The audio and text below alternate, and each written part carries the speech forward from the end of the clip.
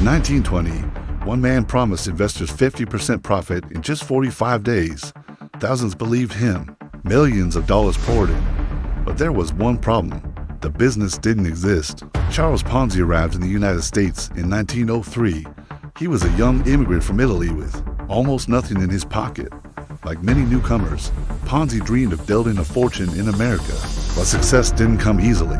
Over the next few years, he worked odd jobs and struggled financially. At one point, he was even sent to prison for forgery.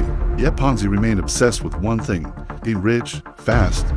In 1919, Ponzi discovered something interesting. International mail used something called postal reply coupons. These coupons could be exchanged for postage stamps in different countries. Because of currency differences after World War I, Ponzi realized the coupons were cheaper in some countries than others. He claimed he could buy the coupons overseas, bring them to the United States, exchange them for stamps, and make huge profits from the price difference. To investors, the idea sounded brilliant.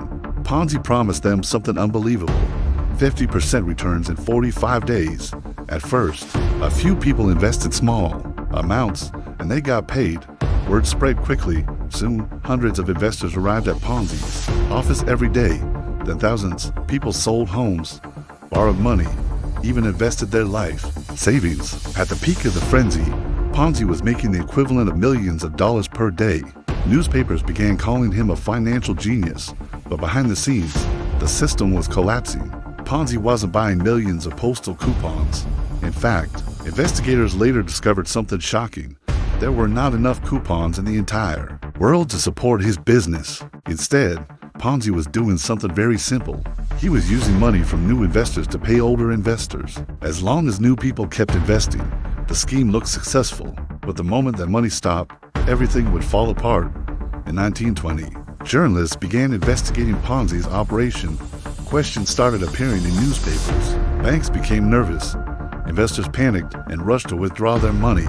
Within days, the entire operation collapsed. Investigators discovered that Ponzi owed investors millions of dollars. Most of the money was gone. Ponzi was arrested and eventually sentenced to prison. Thousands of investors lost their savings.